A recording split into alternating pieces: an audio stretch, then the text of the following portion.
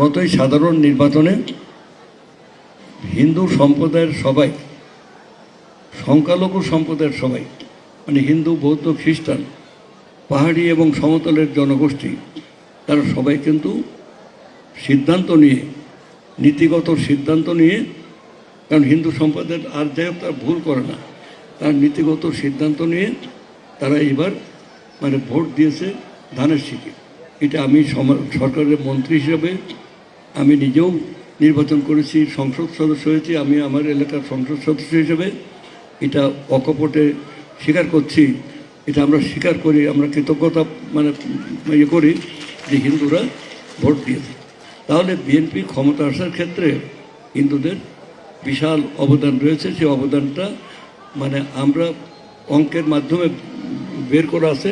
শুধু এইটুকু বলতে চাই যে যে আমাদের পার্টি, আমাদের দল, বিশেষ করে আমাদের দলের কথা বলছি, কারণ দল আর সরকার আলাদা, আমরা কৃতজ্ঞ।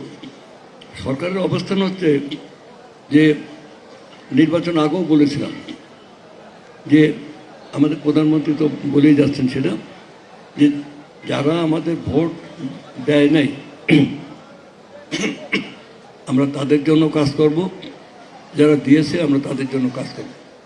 আমাদের সরকার এবং তারেক রহমান সাহেব তিনি স্পষ্টভাবে বলছেন যে আমরা কোনো রকম কোনো বৈষম্য রাখবো না, এবং রাজনৈতিক ভাবনা কারো আলাদা থাকবে, কারো বিশ্বাস আলাদা থাকবে, ধর্ম আলাদা থাকবে, এই বৈচিত্র্যের মাঝে ঐক্য নাই হচ্ছে আমাদের ধর্ম, আমাদের সরকারের নীতি, আমরা সেইটাই করব।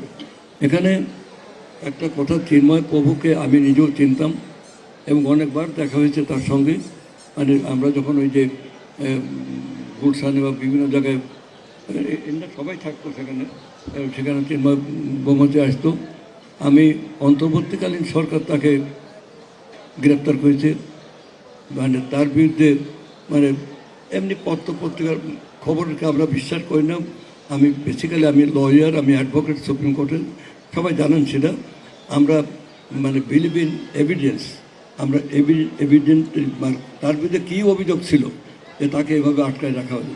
তো যাই হোক, আমি এইটুকু বলে যাচ্ছি যে আমি এই বিষয়টা নিয়ে আমি যথাযোগ্য জায়গায় আমি মানে আজকালের মধ্যে আমি কথা বলবো, এবং এবং এবং চিন্ময় দাস ব্রহ্মচারী তিনি তার মুক্তি যাতে সুগম হয়, দ্রুততম সময়ের মধ্যে হয়, আমি সে কথা আপনাদের বলে গেলাম।